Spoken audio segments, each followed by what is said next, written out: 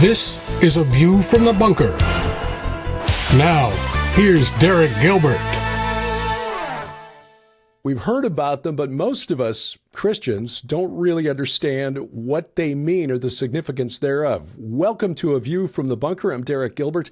If you're watching us on YouTube, thank you for that. Please subscribe to our channel, click the bell for notifications, hit that like button, and then please download our free mobile app, which will guarantee that we never get canceled. That's really important. You'll find the link at gilberthouse.org/app.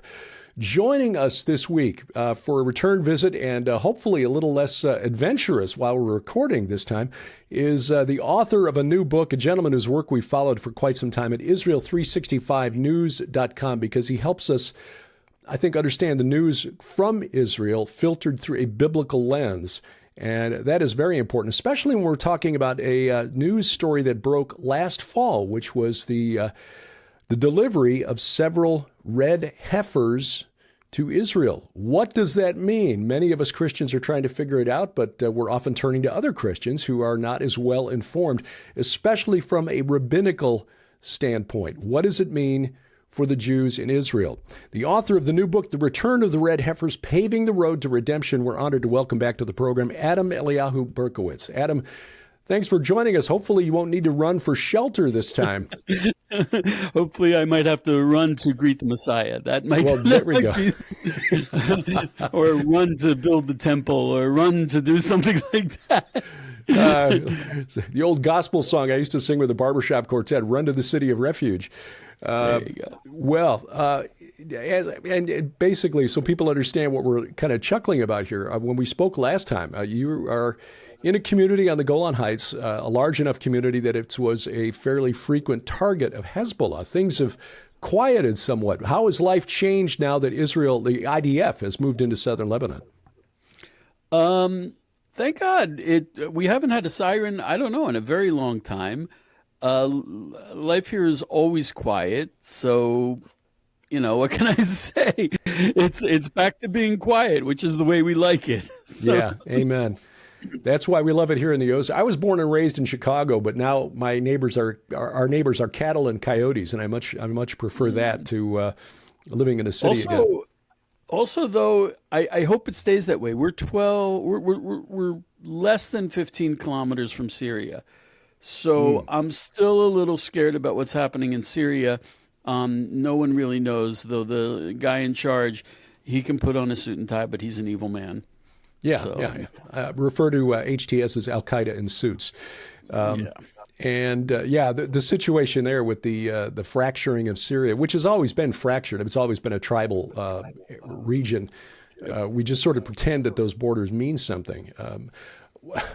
Not to derail the conversation too early, but I'm just curious in your take here with the recent agreement between HTS and the Kurds, the SPF or the SDF, the Kurdish-backed Syrian Defense Forces east of the Euphrates River being brought into the government. I mean, Kurds and Arabs don't really get along, and HTS is backed by the Turks, and the Turks really don't get along with the Kurds. So what is going on there? I can't figure it out except for the fact that HTS, any of these Al-Qaeda, any of these terrorist groups, you can't trust anything they say. Yeah. Anyone who understands Arabic, if you read Al Jazeera in Arabic and you read it in English, it's almost like two different things. They don't tell the truth. Yeah. They have no value of truth. And as you very correctly pointed out, this new guy is backed by Turkey, by Erdogan, to be specific, and the Kurds are categorized as a terrorist group, and they've actually carried out terrorist attacks inside Turkey. So I don't trust that peace with that agreement with the Kurds. I'm very afraid for the Kurds. Israel has actually stepped in, and I'm amazed there's been a little bit of criticism, but the way people can jump at anything to criticize Israel, I expected more. They are literally, I've seen videos of Christians in Syria being literally, and it pains me to say this, literally being put up on a cross, crucified, before they're murdered. horribly abused. And also the Alawites, who I have no love for, are also being abused. Israel has a very big interest of helping out the Druze. The Druze are our blood brothers, and they know that. And having Turkey on our northern border is, people don't realize Turkey is the second largest military in NATO. Yeah. And I don't know why they're in NATO. They're a huge military. They are an ally of Hamas. They're very problematic. So I don't know what's going to happen. Hopefully it'll keep going as it's going, but which is basically they have their problems and we're not involved. But I almost kind of preferred it the other way. Well, I was glad to see that Prime Minister Netanyahu has told HTS, do not send your troops south of Damascus. Right. We've visited some of the Druze communities on the Golan, eaten lunch there during a couple of our tours, and I expect we'll be there again in October when we go back. So they're awesome. They're awesome. They're my neighbors. Yeah. They live in Katsrin. They they work in Katsrin. There's also Bedouins up here that people don't realize. There's northern Bedouins. There's also the Circassians, who are Muslim from what used to the former Soviet Union, that moved to Israel to escape the ethnic purges of the Russians of the Soviet Union. It's very diverse up here, and we love the diversity. Yeah. Well, we look forward to getting back there in October. But on to the subject of your book, because this is something that most of us have heard of at least once or twice, most of us Christians anyway. And of course, it got into the news again when news broke, and Israel365news.com has been reporting on this. And quite honestly, we trust the reporting that you are doing on this more than, say, when CBS News reported the Hamas spokesman who said the reason we attacked on October 7th was because the Red Heifers had been delivered in September. Like, okay, blame right. Blame the Jews, right. Sure. For people not familiar with the Red Heifers, what that phrase is, where does it come from and why are they important? Okay, the Red Heifers, oh gosh, where exactly is the... well, it's Numbers 19. I wish Numbers 19, thank you. Numbers 19. And we have the mitzvah, the Torah commandment, of bringing a red heifer. It's a very specific requirements, and it's actually in the time of the Torah, it was burned outside of the camp. In the time of the temple, it was burned on the Mount of Olives. And it was burned entirely, not on an altar, on a pyre of wood. The ashes were mixed with living waters, which is spring water, and they would take hyssop, esov, and they would take it and dip it into the water and sprinkle it. And if a drop hit you, you were purified, and you were purified from the strongest form of impurity, which was impurity from proximity with a dead body. And without that, you can't go up to the temple to make a sacrifice. So that's why it's very important. We can't actually fully recreate the temple or the temple service without the red heifers. And the red heifer has to be absolutely without blemish, meaning, as the sages teach us, no more than, it cannot have two non-red hairs, which I've seen the rabbis check it. They go over the entire cow with a magnifying glass, which if you know anything about cows, they don't like magnifying glasses. So it's quite a procedure. Then it also cannot have borne a, how do you say an old? The thing you put on oxen to yoke. A yoke, which means you can't even lean on it.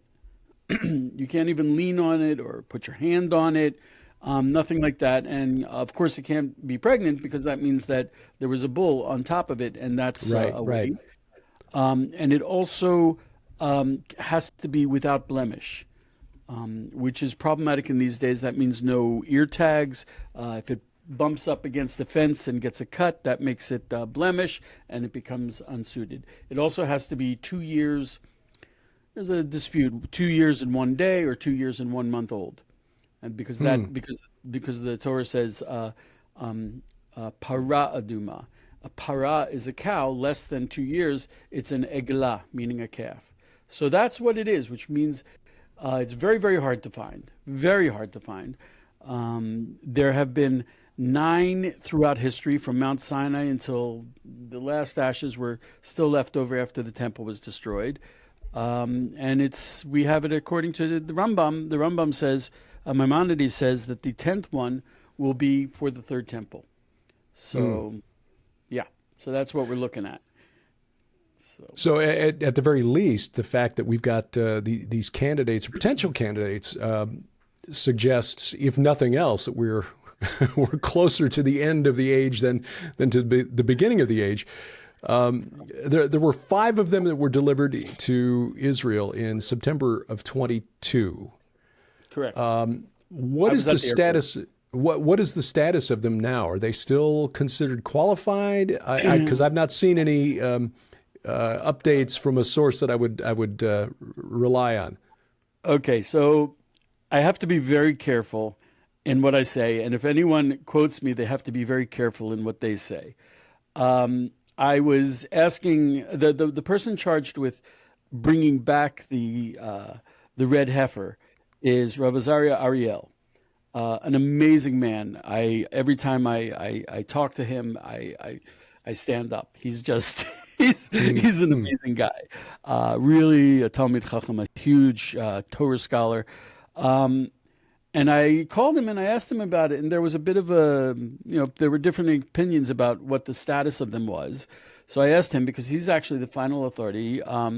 People who, if you go to a source to hear about the red heifers, and the source is not connected with Rav Azaria Ariel, or does not speak Hebrew, because he does not speak English, so he put out a video, and his videos are in Hebrew. Or if they're not connected with the Temple Institute, they're not a source. They don't know what they're talking about. So I called him, and to clarify, he did an interview with someone else in Hebrew, and I translated the video, and I wrote an article about it. And he said, it is not clear at this time that we have a red heifer that can be used for the ceremony. Okay. You have to remember that the red heifer, it's not a sacrifice for a lot of reasons. It's done outside of the temple. You use the ashes. So it's not a sacrifice. It's a ceremony that you use the ashes. He said it's not clear that we have one that's kosher for the ceremony. So you have to be careful not to say we don't have a kosher one, because they have to check it. As I said, there can't be 2 non-red hairs. There can be 1. There can't be 2. And there are rules about so they have to check the cows. If the non-red hairs fell out, well, they're kosher now. Though they have found non-red hairs on all of them. And no single person makes the decision. So this will be a decision by a group of learned rabbis who will all, or are familiar, who are all experts in the laws. They will have to look at the cows, inspect them closely, and then make the final judgment. But at this time, it is not clear that there's one that is still kosher for the ceremony. That's where we stand right now. Though those 5 cows will be used for a breeding program, which will really put us forward in that. And the Christians have an amazing expression that I love, which is cafeteria religion, meaning you can pick here, you can pick there, you can pick, and it's used as a negative. And we don't do that cafeteria religion. God said do this, so we do it. And right. We don't say this is important and this isn't important. Everything is important. So even though the red heifer seems impossible at this point, we aren't permitted to stop moving forward on it. We're required by the Torah to move forward with it. That being said, the ritual impurity does not prevent us from doing all of the sacrifices. We are not only permitted, we are required to do the public time-bound sacrifices. That's the twice daily sacrifices, the Passover offering, some of the holiday offerings, but actually quite a few. We're not allowed to bring the voluntary offerings.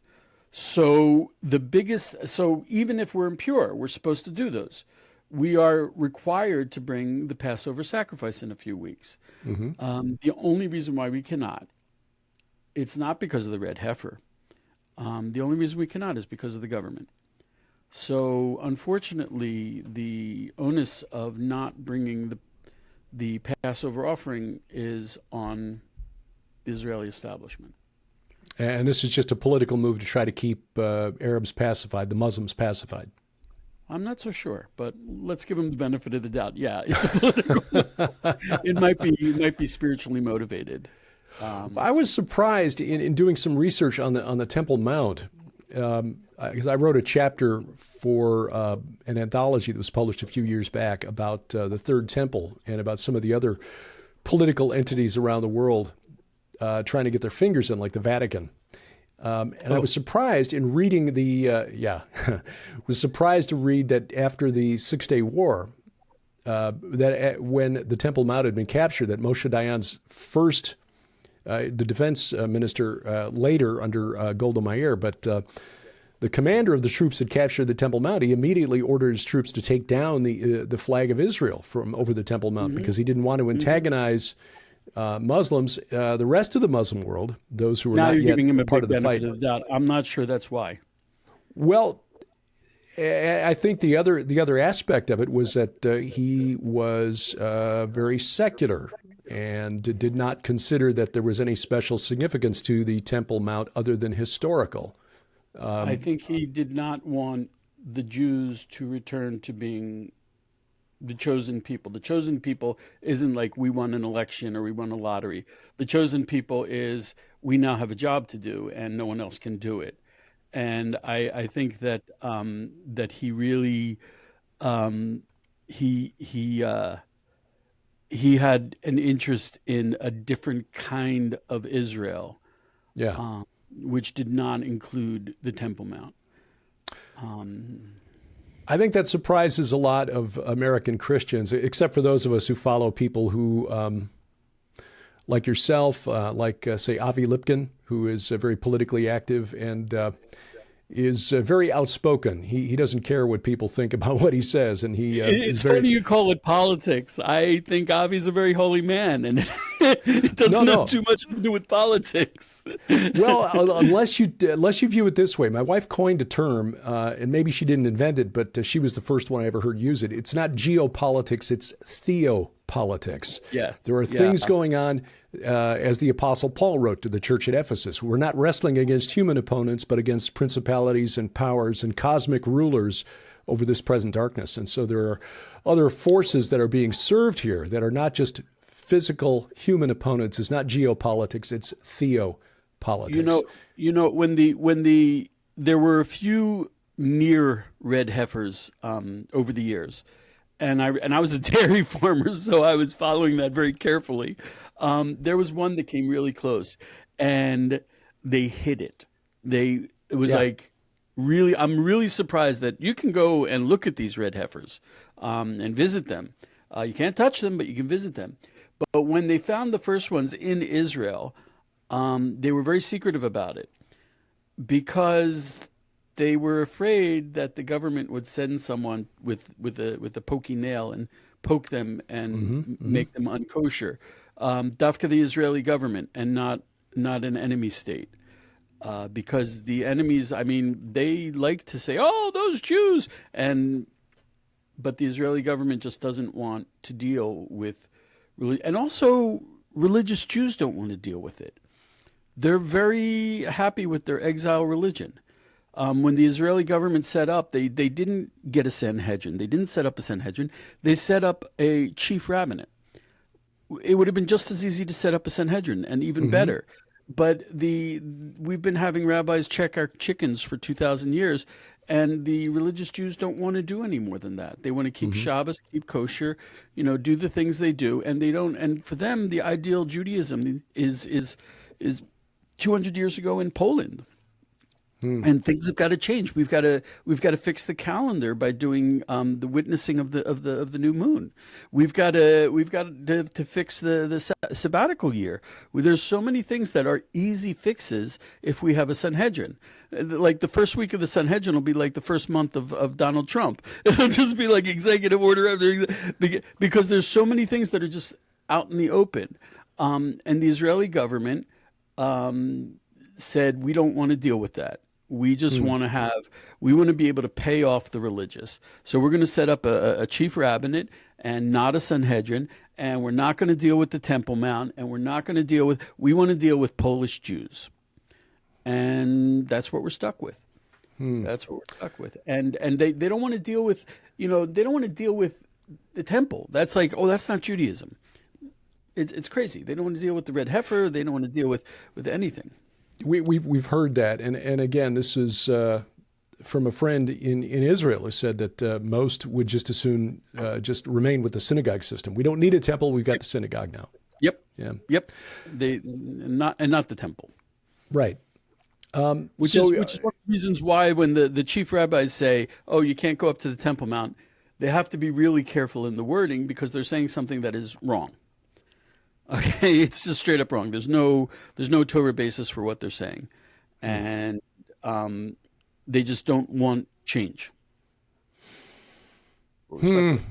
Yeah. Well, if there's change, we might lose our jobs. In part, change is always uncomfortable, but when you're dealing with changes that are literally have eternal consequences, that's really scary. Like I said, I don't get it. We don't have a choice. I moved to Israel. I didn't have a choice. What am I going to say? God said, go to, lech lecha, go. That's what he said to Abraham. He didn't give the Jews much of a choice. He closed the Red Sea behind us and said, go ahead.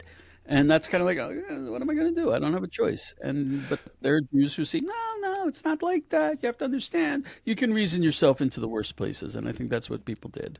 And when we have visited there, Sharon and I have been there 4 times. We've been there with groups of 80 to 100. We've been there with a small group of 9 when we were there last spring. And every time we go there, we can sense that spirit of urgency that drove many of the people there, like yourself, who left other places that were comfortable. When we look at the history, my wife has done a lot of study in the 19th century as background for the series that she's writing now called The Red Wing Saga, which is a supernatural thriller. But, started with the Jack the Ripper murders in the 1880s, and you got to look at Whitechapel and East London and all of the refugees who fled the pogroms in Russia. Okay. In looking at the history of how Israel came to be in 1948, you see all the people who fled the pogroms, who fled persecution here, even in the United States. General Ulysses S. Grant issuing an order to say all the Jews in my military district have to leave. Things like this all over the world that forced people out of their comfort zone. We've got lives here, we got business here. Yeah, we're persecuted, but it could be worse. And suddenly you're in this dusty place called Palestine, where all the topsoil is blown away because the Arabs have overgrazed it for 2,000 years. But without the persecution of the Tsars and then later the Bolsheviks, of Stalin, of Hitler, of the elites in the UK and the United States, it was almost, people had to be forced to go. But there are people like yourself who went because, okay, this is what Hashem said. We got to go, and we feel follow that. Orders. Yeah, yeah, and those of us, okay, I'm of German, English, Welsh descent for the most part. Don't feel the same connection to the land here. Love living in Missouri, but I loved living in Indiana too. Don't want to go back to Chicago. No desire to go back and move to Germany or Sweden or any other place where my ancestors came from. But there's not that connection. There's something fundamentally different about the connection that you feel and that our other Orthodox friends feel to the land. Well, you don't have to scrape away too much of the surface to see it. right in front of your eyes here. Yeah. The name Yishmael means listen to God. The purpose of Yishmael, the purpose of the Arabs and the Muslims, is to make us pay attention and listen to God. And that's and unfortunately, that's something we need. We don't not too many Jews really are just naturally listening to God. So that's not unique to Jews, though. Christians are the same way. The Red Heifers, then, what role do they have? What significance? I mean, does this need to be performed to prepare the way for the third temple? I mean, you said the sacrifices can be performed without the temple, right. But in order to get the temple, I mean, this is the Red Heifers. The Red Heifers. It's funny. It means something very, very different for the Christians and very, very different for the Jews. Christians do not become ritually impure, so they don't need the Red Heifers. But at the same time, Christians do not go up to the Temple Mount. Around the temple was a fence, also around the tabernacle. And in the temple, it had a sign saying, and it had gates, openings in the fence, and it said, only Jews can go past here. It was either only Jews or non-Jews cannot go past here. And so Christians don't have to purify themselves to go up to the temple, because they don't go up to the temple. And as we said, there are a lot of sacrifices that Jews can do without the red heifer. So on one level, the red heifer really doesn't mean anything to Christians, and it also doesn't mean much to the Jews. We can live our lives, and we have been living our lives without being with everyone today is considered in ritual impurity. Because you'd be surprised where there are dead bodies. There are dead bodies in the holds underneath airplanes. That if you're in an airplane, there's a very good chance that you're on top of a dead body. If you're in a hospital, there's it's what's called ma'ahel. The impurity is contained within so inside. If you were born in a hospital and there was someone dead in the hospital, well, you're now ritually impure. So for Christians cannot become ritually impure, but they don't go up to the temple. And Jews, we can bring a lot of sacrifices ritually impure. So for Jews, without the red heifer, we cannot do the temple service in its entirety, in its fullness. But Rav Pesach Holicki explained something to me. We were talking about the third temple, and he said, you think the red temple for you is Eliyahu decides one day to go bring a sacrifice. He's happy, he's sad, he wants to do tshuva. And you grab your animal and you run down to Jerusalem and you go up and you bring your sacrifice. He said, it's not what's going to happen in the third temple.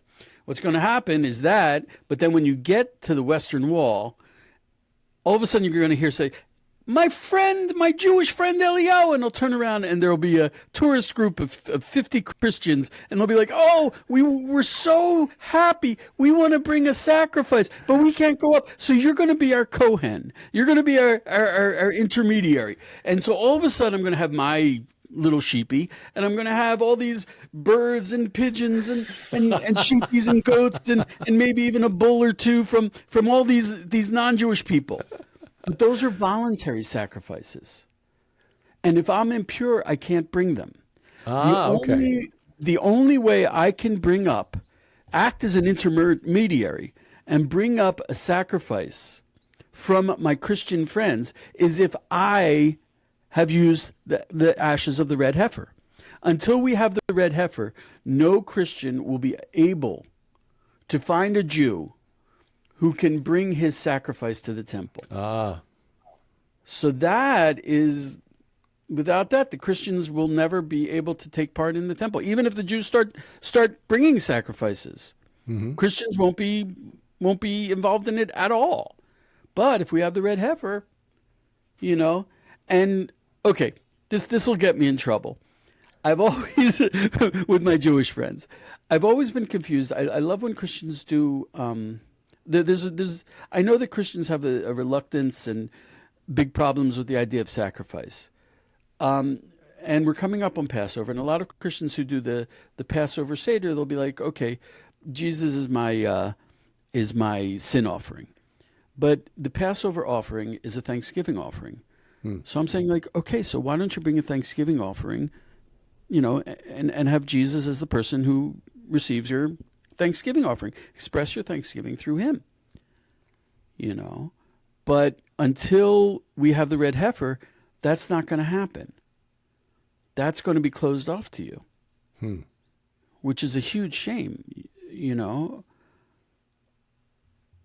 I went out on a big limb there. I did not intend to make anyone feel uncomfortable or something, but we're having a big boy talk here. So. Yeah, absolutely. I think one of the conceptions, and maybe a misconception that we Christians have, is that the temple can't be built until the red heifer is there to purify the Temple Mount. Is that correct, or do I misunderstand? Well, there's different opinions. I mean, we're Jewish. We have a lot of opinions. One opinion is that the Messiah will do the ceremony of the red heifer. The other opinion is that it's a question of when is the temple built. So there are those who say that the Messiah will build the third temple, and there are others who say, and the Messiah being who will act as the king of Israel. And there's other opinions that we will build the temple and then the Messiah will enter it. So he'll enter a fully operational temple.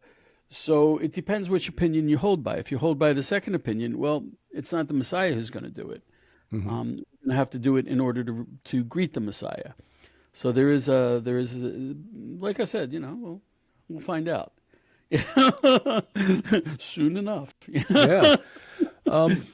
So the red heifers are now at Shiloh, if I understand, or Shiloh. I understand that there's an enclosure that's been built for them to so that the public can view them without getting close enough to touch them. No, you can. We just don't do it. I mean, would you want to be the one responsible for stopping the third temple? It's a pretty heavy cross to bear. Yeah. And this will be on our tour in October, by the way. I see Lipkin Tours has got one other very important point, if I may. The whole story of how these particular red heifers came to Israel was that there was an organization called Bona Israel. They should all have huge blessings, led by Byron Stinson, who's a Christian. And they put advertisements in cattle magazines in Texas. And there was a Christian farmer, really devout guy. Talking to him, I learned a lot about the New Testament from this guy. And so the red heifers were actually brought to Israel. The red heifers were discovered and brought to Israel by Christians, which is really amazing. And it raised a lot of questions. Can we accept it from Christians? And the rabbis had to ask that question. And and the conclusion was that yes. And interestingly enough, there's actually a story in the Talmud about it actually has to do with respecting your father. There was a man who had a red heifer, and the Sanhedrin went to him and said, we want to buy it, and it's a lot of money. And the guy said, no, I can't do it. Why? Because the key to the heifers was under his father's pillow, and his father was taking a nap. And they said, oh, we'll offer you more money. He's like, no, offer you more money. No, offer you more money. No. So they went away. And later he came to them and he said, here, I'm gifting it to you. And he explained to them about his father sleeping. So from this, we learn a couple things. We learn that the Talmud chose to teach us about respecting your parents and loving your parents through non-Jews. Apparently that was a special strength that the non-Jews have that we need to learn from. And we also learned that the red heifer can come from Christians, has come from not Christians, can come from non-Jews, has come from non-Jews, and perhaps even should come from non-Jews. So it was a very important thing that this time the actual heifers did come from Christians, and not only Christians but devout Christians. Who saw this as part of their service. And maybe that's a good sign, because as I read history, it was really not until the second century after the Bar Kokhba rebellion that there was that final split, that divide, that wedge that was driven between Christians and Jews, after Simon Bar Kokhba demanded that Christians serve in his army in the rebellion against the Romans. And Christians said, well, Rabbi Akiva says you're the Messiah, but our scriptures tell us Messiah is going to return in the clouds in great glory. And we see your sandals on the ground, Simon, so we're not fighting for you. And so he imprisoned some, mutilated others, and that's really what led to the split between them. And when you read the writings of later church theologians like Eusebius, that was Simon is not held in high regard. But until that point, the Christians and Jews, we were considered like the oddball cousins who were still welcome in synagogue. But every time I see like a archaeology of a early Christian settlement, I get it was mixed. They probably sure. They probably even prayed in the synagogue together. According to the historians I've read, that's true. But it was after that and I think, again, dealing with principalities and powers, the theopolitics, that's when the wedge was driven between the two communities, which has continued to this day. So maybe it's appropriate that at this time that wound is perhaps beginning to heal. Now, again, since October 7th, we see Christians who are now, in the name of Christ, demonizing Israel and its defense. But I just, again, I think that's coming from a place of ignorance of what Islam is, what it stands for, and the 1,400 years of violence that is waged against the rest of the world, Christian, Jew, Hindu, I think Buddhist. It's also an ignorance of Christianity itself. Yeah, these people who profess to be Christians, there's something really weird in their belief. I get a lot of strength from discussing Christian belief, their belief with Christians. Their very personal and warm relationship with Jesus. I don't share it, but wow, definitely a wow. And I get a lot of strength from that. And I try to incorporate it into my own practice and my own belief. But these people, it's different. There's just this distance, this coldness. Yeah. And it's almost like a cold Jesus. I can't It's almost like the flip side of the coin with Islam on the other side, the idea that we need to wield the sword for God. It's like he doesn't need us to do that. We are not told to attack the gates of hell. We are to, according to Paul in his letter to Ephesus, stand, stand, stand are the words used in Ephesians 6:12 through 20. As we put on the whole armor of God, we are to stand so we can withstand the enemy in that evil day. We're holding our ground like in the Lord of the Rings, the men of the West outside the gates of Mordor. We're holding our ground until Messiah comes. And we're pulling the wounded off the field, and some of those wounded don't even know why they're hurt. It's becoming more prevalent amongst Christians who claim to be devout that it's at first after October 7th you didn't see it so much, but now you're seeing it more and more. Christians who say, "Oh, we have to, well, what is this Israel thing?" And I'm just like, "Wow, that's an interesting response." Well, when you separate the Old Testament out of the Scriptures, and you see the promises that were made to restore Israel to the land, and the end times promises, I don't see how you read Zechariah 12, Jerusalem, a cup of staggering for the nations. Well, yeah, that's pretty much what we're seeing right now. Exactly. So what comes next? The return of the Red Heifers, paving the road to redemption, suggests that you see something ahead that is the result of what has happened with the delivery of the Red Heifers. What comes next? First of all, I want to dispel misinformation before it starts. Please. Last year at this time, there were videos that came out that got literally, there's some of them 500,000 views. There was a CBS News documentary that was all false. It was horrible. Yeah. And one of the reasons that's the case is because we read the Torah every year. We read the 5 books of Moses. We have a yearly cycle. It used to be a 3-year cycle. Now it's a yearly cycle. And every year before Passover, we read the section of the Torah out of place. We read the section of Torah dealing with the red heifer. And the reason is this was to prepare us for Passover when we would bring the very important Passover offering. So we would have to review, this was meant as a review for the laws of purity, so that we would be sure to be pure when we brought the Passover offering. So every year we read it at this time. And also because of that, because we read the section of the Torah having to deal with the red heifer, the Temple Institute has a conference about the red heifer every year. And now they're doing it in Shiloh because, that's where they example. are. Yeah. And last year, that's why Hezbollah and Hamas, they said, they came out with, the Jews are going to take over the Temple Mount, so we have to stop them. And there were people like CBS News who said, yeah, the Jews are, and we got to stop the Jews from doing this for political reasons. And Hezbollah even put on their Telegram page the flyer that the Temple Institute put out about the conference. It said, you see, the Jews are doing it. So I'm fully expecting, if it hasn't started already, that there's going to be a huge amount of misinformation claiming that we're going to do it this year. There were videos that went up that got 500,000 views that said, no, the Jews are going to do the ceremony, the red heifer. They called it a sacrifice. It wasn't a sacrifice. The red heifer sacrifice on Passover, which is, you're not allowed to do it on Passover. And no one, and I challenged them. I'm like, okay, if we don't, and I knew we wouldn't, and I spoke to the rabbis and they told me they wouldn't. They were kind of shocked. I said, if you're wrong, are you going to do a video saying you were wrong? Are you going to print a retraction? And no one did. And they were all wrong. And I'm fully expecting it to happen again this year because, 500,000 views is a lot.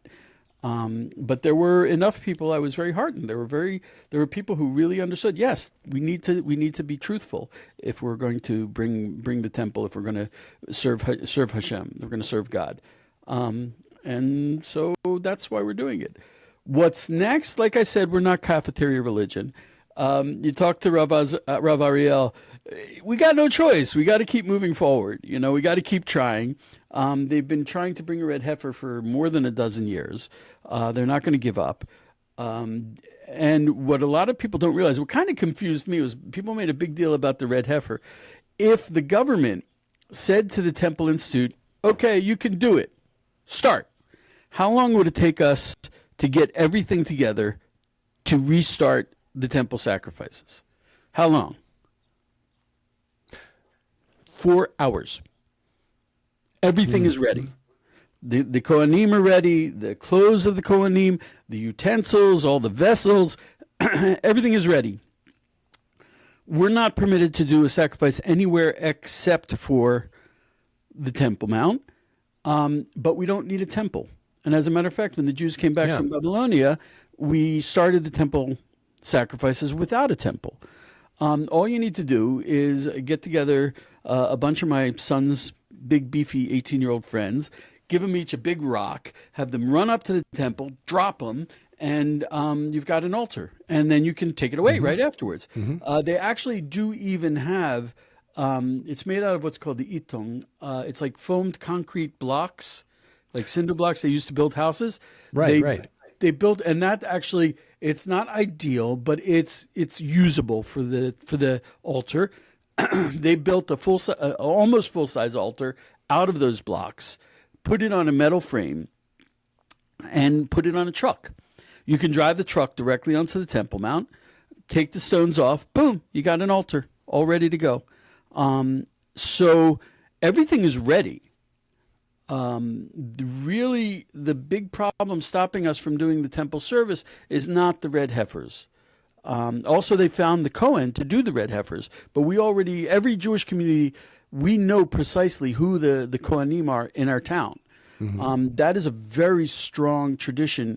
If you go to a Jewish cemetery, you will have on the tombs, on the gravestone, it will write that this person was a Kohen. It'll usually have engraved hands showing that they're a Kohen or a Levi.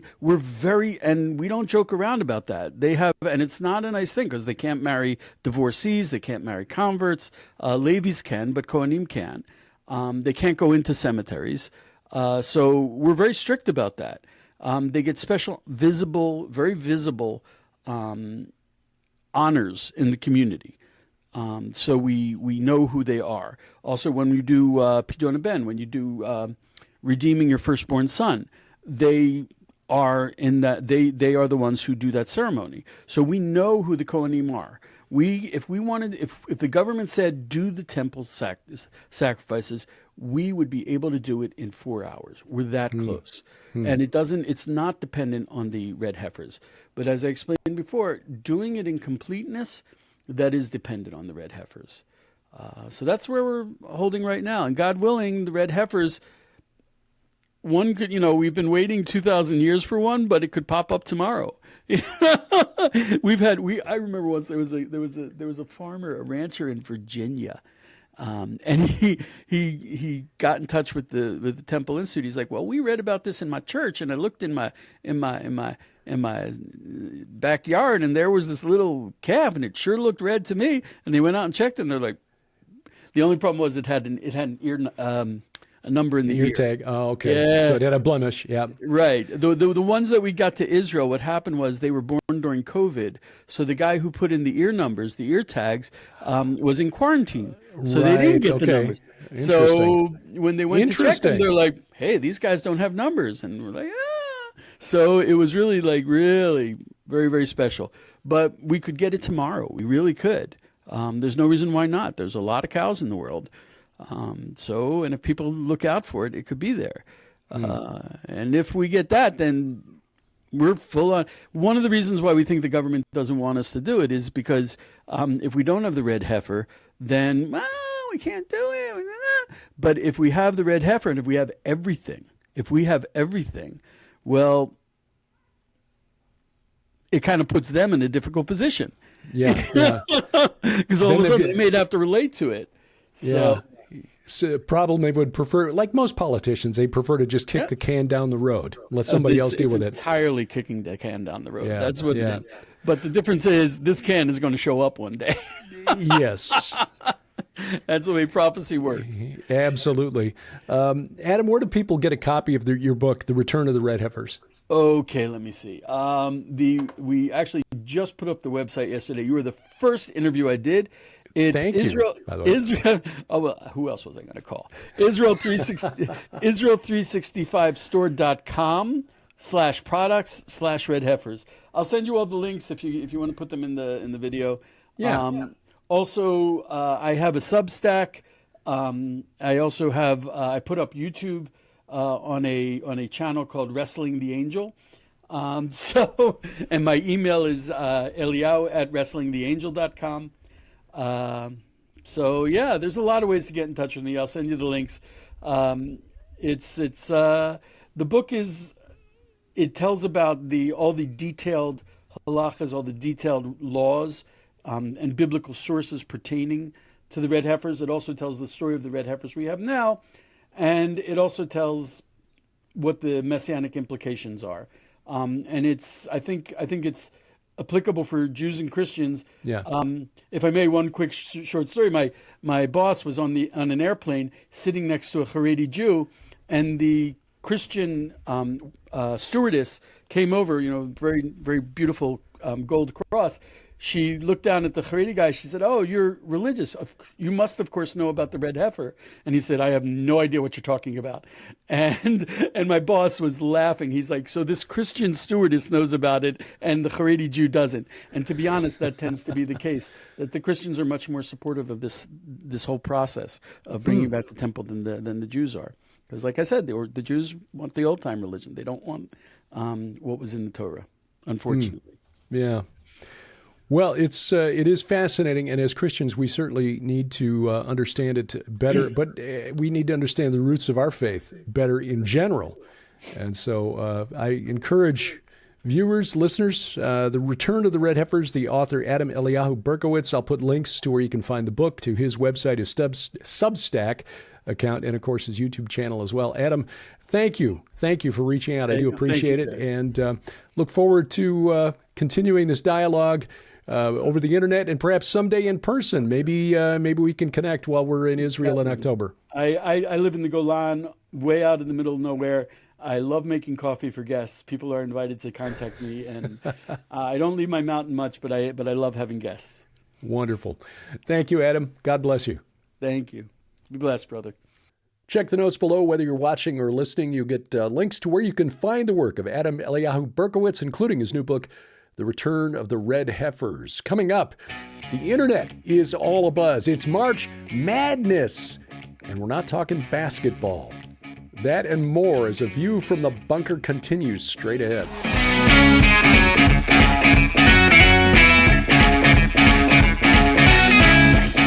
God's creation is full of mysteries. What were the giants in Scripture? Did dinosaurs roam the earth in the days of Noah? Are we alone in the universe? Join speakers L.A. Marzulli, Derek Gilbert, Michael Hoggard, Mac Dominic, Sharon Gilbert, and Micah Van Huss to explore the topics your Sunday school teacher didn't talk about at the Mysteries of the Bible Verse event in the greater Indianapolis area, June 13th and 14th. We'd love to meet you. Here are a few of the places you can find Sharon and Derek Gilbert in the months ahead. The Aliens, AI, and the Antichrist Conference in Blue Eye, Missouri, April 10th through 12th. Mysteries of the Bibleverse Conference, June 13th and 14th in Indianapolis. The Go Therefore Conference, July 25th and 26th in Brookville, Ohio. The Remnant Rising Conference, August 22nd through 24th in Springfield, Missouri. For the latest information, go to gilberthouse.org/calendar.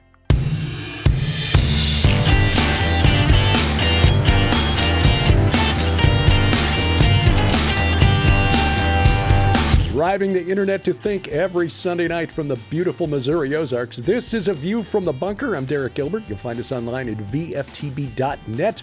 Other places, of course, you'll find us at gilberthouse.org. That's our main web hub for everything that we do. My personal website, derekpgilbert.com. Social media, X, formerly Twitter, at View from Bunker, at Derek Gilbert, at GilbertHouse_TV. On Facebook, check the View from the Bunker page there. Give us a like, follow us there. Comment on the programs. Truth Social, Gab, at Derek P. Gilbert. YouTube, at Gilbert House. Then please subscribe, share, click the bell for notifications, hit that like button, and then download our free mobile app to your smartphone or tablet, whether it's iOS, Android, Amazon, Kindle Fire. We've got apps for all of those. It's absolutely free, bypasses the gatekeepers of big tech.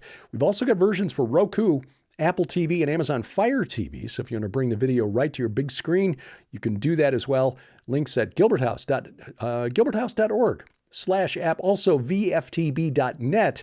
Look in the top menu bar there for the link. You'll also find us on Substack. We're releasing excerpts from our books in about 1,500 to 2,000 word chunks, absolutely free. Just finished up a series based on my contribution to the new book, Destination Earth, about the UFO, UAP, alien contactee, abductee phenomena. You'll find that at gilberthouse.substack.com. We're also on Telegram. Join our Telegram channel at t.me, t.me/View from the Bunker. Forgive the stuff in my throat here. It's partly the allergy season. It is spring, and of course, if it's green and it grows, I'm probably allergic to it.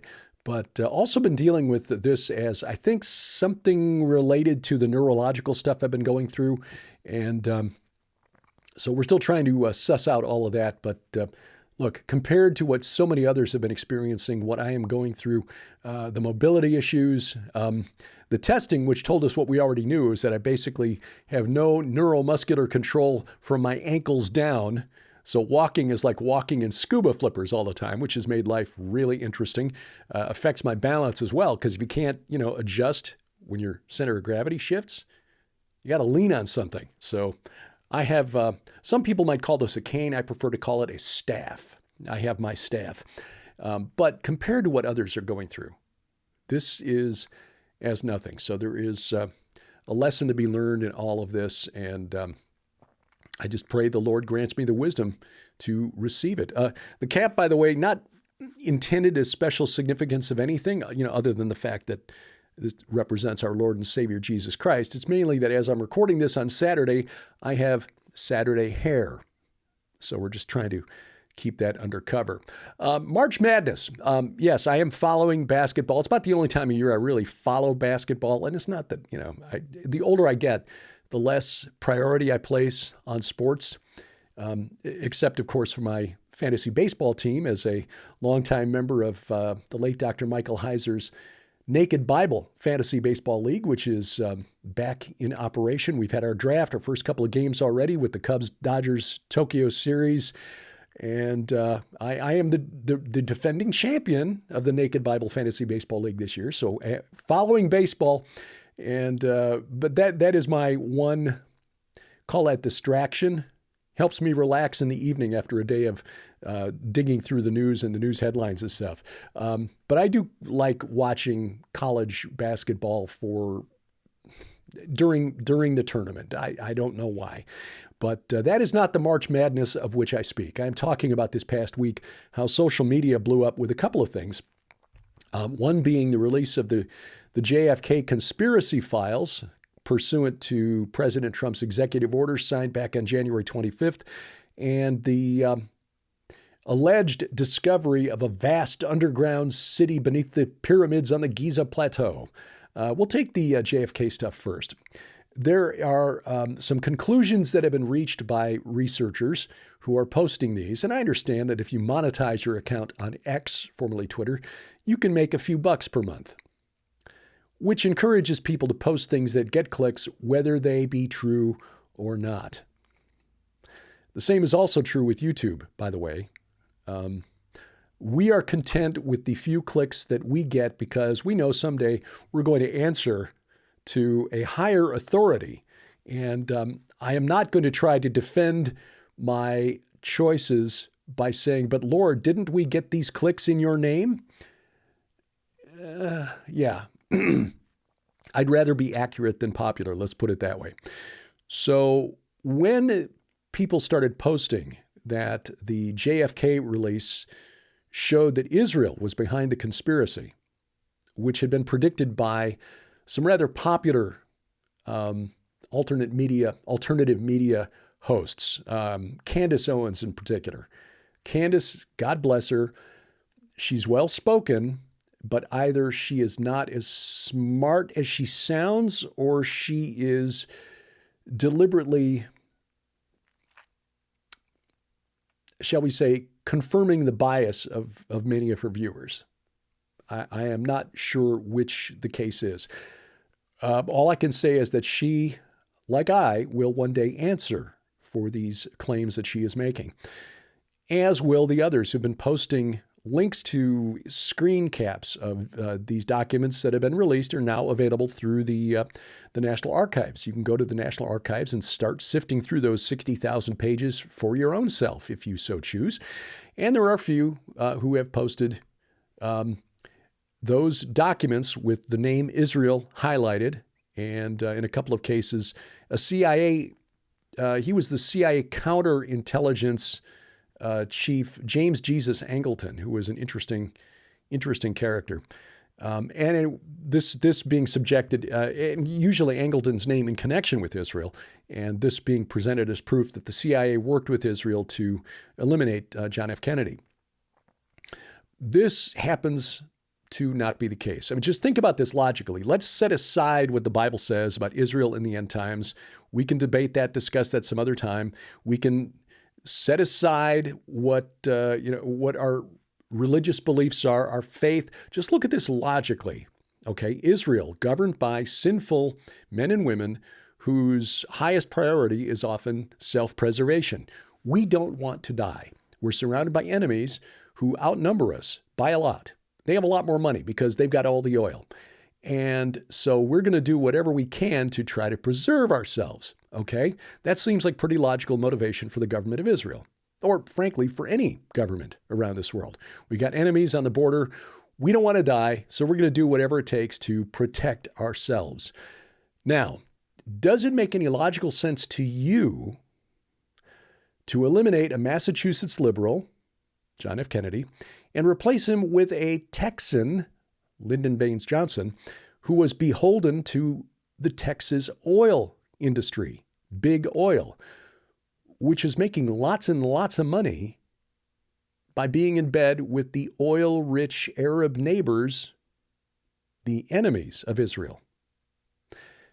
American foreign policy has often been criticized as being all about the oil. And frankly, there is a lot of truth to that. Beginning in the 1930s, when oil was discovered in large quantities beneath the sands of Arabia, American and British foreign policy, and French and Dutch and other nations' foreign policies dictated by their access to this oil. In fact, a lot of the machinations behind the scenes, the intelligence agencies in the 1920s, 30s, 40s, between the United States and the United Kingdom, with whom we were ostensible allies, was intended to push out British petroleum in favor of Standard Oil of New Jersey, Texaco, Exxon, Mobil, and so on. And that happened. And some of the players involved in this included Allen Dulles, who was the director of the CIA under Dwight D. Eisenhower, and he continued on in that role when John F. Kennedy became president. His brother, John Foster Dulles, was the Secretary of State under Eisenhower. The Dulles brothers were attorneys who had served for a while at the very high-end elite law firm in Washington, D.C. called Sullivan and Cromwell. During World War II, they helped facilitate the illicit, that means illegal, trade of oil between the Arabs, King Ibn Saud of Saudi Arabia, Generalissimo Francisco Franco of Spain, who, even though he was technically neutral during World War II, was a fascist, and the buyers of the Third Reich. So you had this unholy trinity, the Saudis dealing with American oilmen and bankers through Spanish bankers onto the buyers in Germany. Allen Dulles dealt with the American and German industrialists and oilmen. John Foster Dulles dealt with the Spanish bankers. And a third fellow, an MI6 agent who went rogue named Jack Philby, was responsible for setting all of this up with King Ibn Saud. Now, when it became clear that World War II was not going the Germans' way, the men involved in dealing behind the scenes in this illegal oil trade wanted to keep their names quiet and also make sure that their German clients got their money out. So Allen Dulles helped set up the rat lines, and his man on the ground in Italy working with the Vatican was James Jesus Angleton. Jewish intelligence officers working for various nations found out about this, shared this information with David Ben-Gurion, who became the first prime minister of Israel when Israel became a state in 1948. Ben-Gurion let it be known to the parties involved that they were in possession of this information. So Angleton, who went on to become the chief investigator inside the CIA looking for moles, also set himself up as the main point of contact between the CIA and what became the Mossad. So when these documents were released this week and you see the name James Jesus Angleton of the CIA in connection with Israel, it's because he wasn't any friend of Israel's, just the Israelis knew what he'd done during World War II and threatened to expose him. So he made sure that all contact between the CIA and Israel went through him so he could control the flow of information. It wasn't because they were planning anything nefarious. Angleton, like everybody else, had his own self-preservation at the top of his mind. The same was true of Allen Dulles, John Foster Dulles, Nelson Rockefeller, other men involved. They were no friends of Israel. In fact, Allen Dulles, again, was the CIA director inherited by John F. Kennedy when Kennedy became president. Kennedy fired Dulles because of the disastrous invasion of Cuba, the Bay of Pigs fiasco. And Kennedy then said he wanted to break the CIA up into 1 million pieces. So, yeah, the CIA and the intelligence community at large had some incentive to want to take Kennedy out. But again, Israel didn't stand to gain anything. Now, the theory that's been proposed on social media is that Kennedy didn't want Israel to get a nuclear weapon, and they did during the Johnson administration. So therefore, Johnson must have helped him. That's not true. What happened was, and again, remember, Johnson was supported by the Texas oilmen who wanted to keep the Arabs happy because the Arabs threatened to cut off the flow of oil, through which, the American oil companies are making lots and lots of money. They didn't care about Israel. It came down to, it's all about the oil. Who's got the oil in the Middle East? Arabs have a lot. Israel has none. Money is the root of all kinds of evil. Well, Johnson, in fact, the USS Liberty incident is because the National Security Agency commandeered the USS Liberty during the Six-Day War and was spying on Israel for the Egyptians. And that's why Israel strafed the boat, which tragically led to the death of 34 U.S. sailors and a couple hundred more injured. The Liberty was so badly damaged it was scrapped the following year. It wasn't Israel was targeting the USS Liberty just because. Israel needs the United States as an ally because Israel is surrounded by enemies who want to destroy it and push it into the sea, from the river to the sea. Israel got its nuclear weapon from the French because these Jewish intelligence agents had discovered that France was running chemical weapons tests. They were developing chemical weapons in North Africa with German scientists who had escaped justice after World War II. That, again, was not something the French wanted everybody to know about. And the Israelis said, if you help us with nuclear technology, we will keep our mouths shut. All right, sounds like Israel was perhaps, not behaving in a very civilized way. Would they do that to an ally? Well, yeah, maybe if you're surrounded by enemies that outnumber you a lot to not so many and have a lot of money because of the oil that they were selling to and through Western suppliers and backers. I highly recommend the book, The Secret War Against the Jews, by former Department of Justice prosecutor John Loftus and investigative journalist Mark Aarons, Aarons. The Secret War Against the Jews. It's been out for 30 years. It was a New York Times bestseller, but it has basically been forgotten because it doesn't confirm the narrative. And it documents how Western intelligence agencies, especially in the UK and the US, tried very hard to prevent Israel from becoming a state and then tried very hard to destroy Israel. Why? Because of the oil. Because of the oil. So, again, this idea that somehow Israel benefited from removing JFK and replacing him with LBJ makes no logical sense whatsoever. And the documents that allegedly confirm Israel's role in this don't say what the people posting them claim they say. There's one that cites an Egyptian intelligence officer, and this document is from 1968, a CIA officer writing up a report on a meeting with an intelligence source from Egypt, quoting him as saying, Israel is no good, Israel behind JFK. Okay, 1968, less than a year after Egypt got beat in a war that it started with Israel. And no evidence, no documentation, evidence to back up this particular claim. This is not what evidence looks like. So, no, this is a big, to borrow a phrase that I really don't like, but it's a big nothing burger. Now, the Giza Plateau. This claim is based on a paper that was published by the authors who took to social media, YouTube, within the past week or so to kind of restate their claim in a sexier way.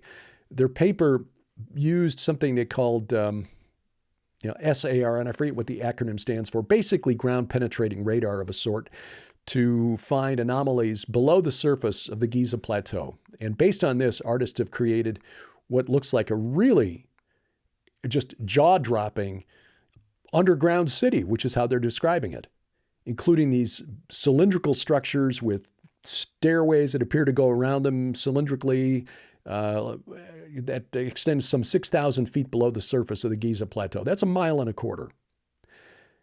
Well, when you look at the original paper, which was published in 2022 and got no traction because there's no there, you see that the actual images from the radar don't look anything like what the artists have created. It's the imagination of the artist taking these brightly colored rainbowish blobs and saying, okay, I think this is what this must be. But there's no evidence to suggest that the artist's depiction is anything close to reality. Now, there may be anomalies below the pyramids. I think it'd be awesome if there was something really fascinating there, but this is not what evidence looks like. Just because an artist created something based on these fuzzy, low-res images does not mean that that's actually what's underneath the pyramids. And the paper is not peer-reviewed either. Now, it's at an open-source journal. And believe me, Sharon and I understand that peer review is not the guarantee that something that is published in a peer-reviewed journal is necessarily true. There's a real scandal in the scientific community right now that things that have been accepted for peer review and published turn out later not to be true. That peer review is more about gatekeeping than about encouraging actual science. So the fact that it's not peer reviewed is not proof in and of itself that this paper is false, but the fact that they didn't submit it for peer review and published it in an open source journal, meaning basically pay the fee and we'll publish your paper for you, suggests that maybe they knew it wouldn't get peer reviewed, or wouldn't pass peer review. So, and clearly it didn't get any traction when they published it back in 2022, which is why they came back and are now putting it out there through YouTube with really awe-inspiring graphics. Like, if this is true and you've got this massive underground city that goes down 1.25 miles from the surface, wow, who could have built that? It clearly wasn't the ancient Egyptians. Now, we are very open to the idea that there were advanced civilizations that existed on Earth a long time ago. And that, in fact, that's the reason that we've had Judd Burton and Aaron Judkins on my podcast on the Bible's Greatest Mysteries. Just did a program with Judd and Aaron again about their book, Decoding Göbekli Tepe, just to discuss how supernatural influence of watcher class entities may have influenced ancient Stone Age man. But that's not the direction the guys who wrote these papers are going. They're suggesting that perhaps it's something else. It's, it's like the whole ancient aliens premise. We don't understand, I don't understand how this could be. So is it aliens? No. It's not aliens. And just looking at this logically, again, is there something below these massive pyramids that weigh millions of pounds? Probably not. I would suggest that even assuming that archaeologists are correct, and this was built some 4,000 years ago or whatever, which may not be true. I mean, the evidence of water erosion on the sides of the pyramids suggests maybe that dating is incorrect, but whatever. The engineers working back then probably understood you couldn't put something that heavy directly on sand and expect it to stay put. It's probably on bedrock. So anyway, let's all calm down and wait for some more evidence before we say there was a massive underground city beneath the pyramids. Well, we've got a couple of conferences that we are hoping we can interest you in, because we love getting to conferences and getting to meet people face to face. This is really a big reason why we do what we do. Now, sadly, because of mobility issues and trying to acknowledge that perhaps additional fatigue would not help things, we've had to turn down several so far this year, but ones that we've got coming up will be at the Aliens, AI, talk about timely, Aliens, AI, and the Antichrist Conference, April 10th through 12th of 2025. This is going to be in the Ozarks here, down in Blue Eye, Missouri. That's Morningside Church. L.A. Marzulli will be Skyping in, but in person, Pastor Carl Gallups, Alan DiDio, Vicki Joy Anderson, Joe Horn, and Sharon and me. We are looking forward to seeing you there for that. Admission is free, so if you're in the area, please consider joining us, but you do have to register in advance because seating is limited. Now, if you can't be there, consider streaming it. Streaming video, just $25. Find out more, register at readynowexpo.com. That's readynowexpo.com. In June, we'll be at the Mysteries of the Bible Verse Conference just outside Indianapolis. That's at Carmel, Indiana, just north side of town. The Drury Plaza Hotel there. L.A. Marzulli, Pastor Mike Hoggard, Mac Dominic, Micah Van Huss. This is the T-shirt from his podcast called Marginal Mysteries. I don't know if you can see it. My screensaver has come on, so now I can't see what I'm talking about here. Anyway, Micah Van Huss, one of the speakers, and now I can see it. There we go. You can just, yeah. It's not an occultic thing. It's just acknowledgement that there are some mysteries out there that we as Christians should not be afraid to address. So please consider joining us in Indianapolis, June 13th and 14th. You can sign up online at marginalmysteries.com, marginalmysteries.com. The Go Therefore Conference coming back to the Dayton area the end of July 25th and 26th of 2025. Harvest Revival Center in suburban Brookville, Ohio. Pastor Neil Peterson's church, a wonderful facility for this event. We'll be there with our good friend Vicki Joy Anderson. Carl Gallops will be there. Look forward to seeing Carl there as well. Joe Horn, Kenny C., David Hevner, Tom Dunn, Casper McLeod, Dr. Mike Spalding, and Sharon and me. We're looking forward to seeing you there. Streaming video is available for this one as well. GoThereforeConference.com is the website. And then another conference coming here to the Ozarks, the Remnant Rising Conference, August 22nd through 24th at the Oasis Hotel and Conference Center in Springfield, Missouri. Sharon and I will be there alongside L.A. Marzulli, Joe Horn, Nita Horn, Donna Howell, Jamie Walden, Pastor Paul Begley, Heidi Begley, Tracy Tennant, and Vicki Joy Anderson. Kevin Shipp will be there. One of the guests we've had on this program that's gotten a strike from the powers that be, violated community standards. So you'll definitely want to hear what Kevin has to say. Dave Hodges and more streaming video available. You can sign up online at hearthewatchmen.com. That's hearthewatchmen.com. And again, our tour of Israel is on October 19th through 30th of 2025. Special guest Carl TEICHRIB, the author of Game of Gods. Carl and his wife Leanne will be joining us, and we hope you join us as well. The north of Israel is open, so all of the cool places we want to go to up there in the Upper Galilee, the Golan Heights, explaining why the gates of hell were so important, we will show you. We plan to do this on this tour. Show you where we believe the baptismal site of Jesus is located. It's not the one near Jericho that everybody thinks. It's certainly not Yarden, which is where the tour will go to dunk into the Jordan River. But no, it is north of the Jordan, east of Jordan. It's Bethany across the Jordan. It's actually Bashan across the Jordan. We'll explain why. The dates, again, October 19th through 30th of 2025 with an optional 3-day extension over to Jordan to visit Petra, Wadi Rum, and more. More information at gilberthouse.org/travel, gilberthouse.org/travel. Thanks for spending time with us this week, whether it's by video or audio. If you're subscribing via audio, Apple Podcasts, Google Podcasts, Amazon Music, iHeartRadio, Spotify, Spreaker, Pandora, wherever else you find us, which is, of course, wherever fine podcasts are sold.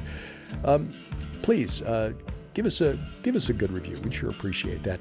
Our announcer is the inimitable D.C. Good, and A View from the Bunker is a production of Gilbert House Ministries, released under Creative Commons Attribution, Non-Commercial, No Derivatives, 4.0 international license. I've lost a little on my fastball over the years. We wrestle not against flesh and blood. Good night, Oliver, wherever you are. I'm Derek Gilbert. This is A View from the Bunker.